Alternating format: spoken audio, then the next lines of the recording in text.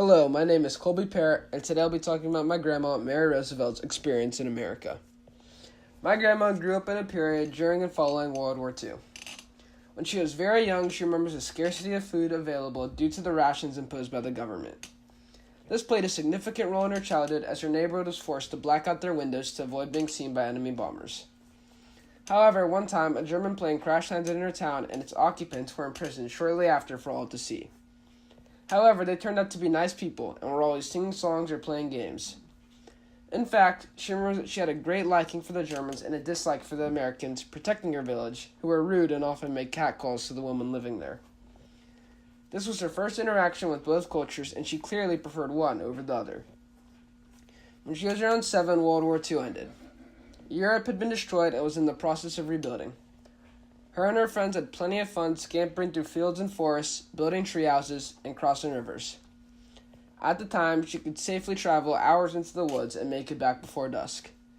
The Beatles were a popular band, and my grandma and her friends always purchased their music and jammed out to it. My grandma had a love for learning and teaching and traveled an hour every day to get to and from school. However, she still made time to play a variety of sports and help out around the house. Mary's parents were very supportive of her ambitions and strongly encouraged her to chase her dreams. She followed her love of learning, which eventually led her to obtain a job in Switzerland at the International School of Geneva. She also worked hard and used her smarts to obtain free rent and other commodities. She was ambitious, and this passion eventually led her to getting a job offer in America that she couldn't resist. Mary Roosevelt moved to America in 1968 on a G4 visa. Nothing pushed her to move, as Switzerland was lovely at the time, and she enjoyed a peaceful life at the foot of a mountain which she skied off and on. However, after marrying her husband, James Roosevelt, she had little choice but to move to America and become a citizen.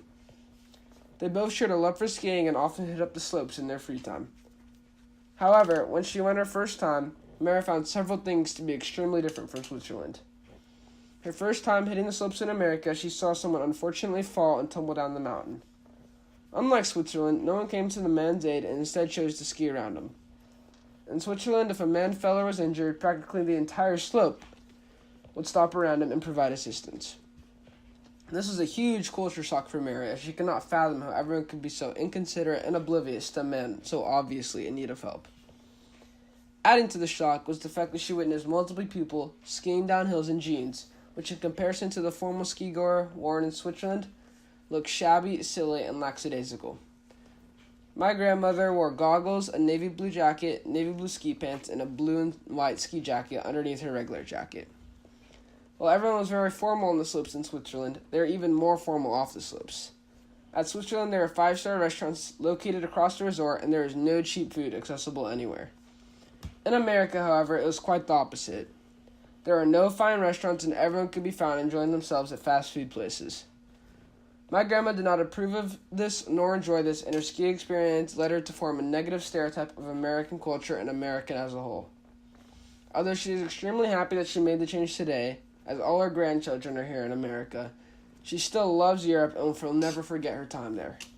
American culture today continues with Donald Trump inviting athletes to the White House to feast upon pizza and McDonald's. While my grandma does not approve of this, I do.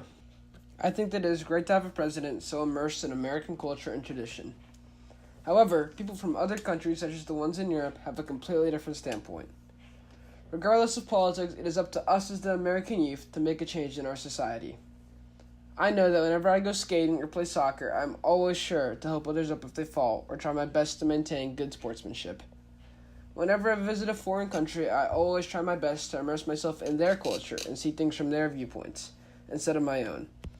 I am learning to be more understanding and compassionate towards others, and I hope you all can do the same, building a bigger, brighter, better future for America.